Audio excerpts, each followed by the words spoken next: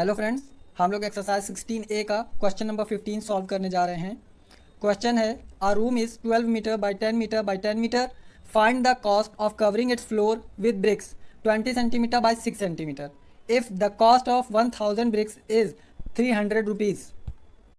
यानी क्वेश्चन में दिया हुआ है कि एक कमरा है जिसकी लेंथ 12 मीटर है, ब्रेथ 10 मीटर है और हाइट भी 10 मीटर है।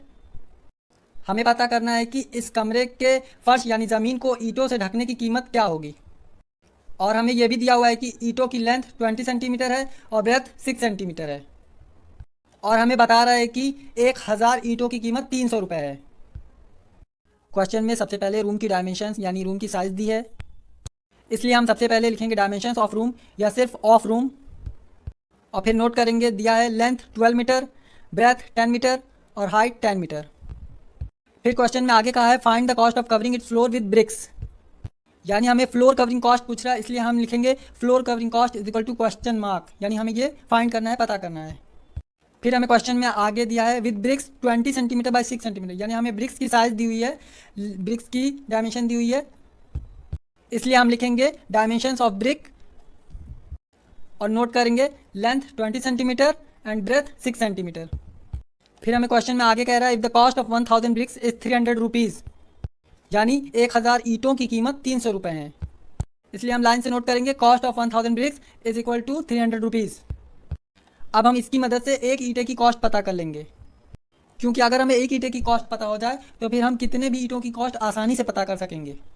तो इसके लिए हम 1000 को 1000 इंटू 1 लिख सकते हैं, क्योंकि 1000 इंटू 1 भी तो 1000 होता है, इसलिए बिल्कुल लिख सकते हैं। अब हम इस 1000 को दूसरी तरफ जब शिफ्ट करेंगे तो यहाँ पर ये 1000 इंटू में है, तो दूसरी तरफ जब ट्रांसपोज होगा तो डिवाइड में चला जाएगा। ये मैथ का बेसिक रूल है। तो इस तरह से यहाँ सिर्फ 1 रह जाएगा और हमें पता चल जाएगा cost of 1 brick is equal to 300 divided by 1000, जिसे फिर हम सॉल्व कर लेंगे तो आगे आंसर आ जाएगा 0.3 रुपीज़, यानी cost of 1 brick is 0.3 rupees. अब हमें ये पता करना है कि कमरे की ज़मीन को ढकने में कुल कितने ईंटें लगे हैं, इसलिए हम लिखेंगे total number of bricks is equal to question mark. अब क्वेश्चन मार्क के आगे नंबर ऑफ ब्रिक्स फाइंड करने का फॉर्मूला लिख लेंगे, जो कि है total area of the room floor divided by area of each brick. ये फॉर्मूला यहाँ से आया है क्योंकि नंबर ऑफ आइटम्स फाइंड करने का फॉर्मूला ये होता है total area upon area of each. Total area का मतलब वो एरिया जिसे हमें कवर करना है, ढकना है, जैसे फ्लोर का एरिया या वॉल का एरिया, यानी टोटल एरिया हमेशा बड़ा एरिया होगा। और एरिया ऑफ ईच का मतलब वो एरिया या उस चीज़ का एरिया जिस चीज़ से हमें फ्लोर या वॉल को ढकना है, जैसे कि टाइल्स का एरिया या पेपर का एरिया या ब्रिक्स का एरिया। अब हमें इस फॉर्मूले में total area of the room floor और एरिया ऑफ ईच ब्रिक रखना है, तो अब हम इसे फाइंड कर लेंगे। Area of the room floor 120 metre square आ जाएगा और area of each brick 120 centimetre square आ जाएगा। अब हम ये वैल्यू फॉर्मूले में सब्सटीट्यूट कर देंगे तो हमारा नंबर ऑफ ब्रिक्स आ जाएगा। लेकिन यहाँ पर एक ही फॉर्मूले में, एक ही इक्वेशन में दो अलग अलग यूनिट्स का यूज़ हुआ है, तो जो कि बिल्कुल ही रॉन्ग है, बिल्कुल गलत है। तो हमें इन दोनों यूनिट्स को सेम करना होगा पहले।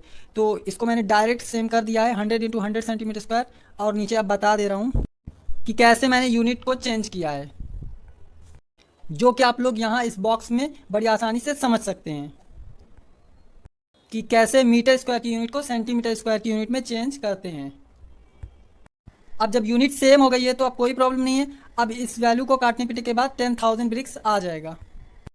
अब हम कुल ईंटों की कीमत बड़ी आसानी से पता कर सकते हैं, तो हम लिखेंगे therefore cost of the total number of bricks is equal to cost of 10,000 bricks, क्योंकि कुल ईंटें हम पता कर चुके हैं 10,000 है। तो इस 10,000 को हम लोग वापस से 10,000 इंटू 1 लिख सकते हैं, बिल्कुल लिख सकते हैं, क्योंकि 1 से मल्टीप्लाई करने पे कोई फ़र्क नहीं पड़ता। तो इसे हम 10,000 इंटू 1 लिख सकते हैं, और इस 10,000 को हम शुरू में भी इंटू करके लिख सकते हैं, उससे भी कोई फ़र्क नहीं पड़ेगा। और अब हम इसमें कॉस्ट ऑफ 1 ब्रिक की वैल्यू रख देंगे, जो कि हम पहले ही फाइंड कर चुके हैं यहाँ पर। तो कॉस्ट ऑफ 1 ब्रिक आ जाएगा 0.3 रुपीज़। अब इन दोनों नंबर्स का मल्टीप्लाई कर लेंगे तो हमारे पास आ जाएगा 3000। तो हमें पता चल जाएगा cost of the total number of bricks is equal to 3000, यानी कि कुल ईंटों की कीमत 3000 रुपये।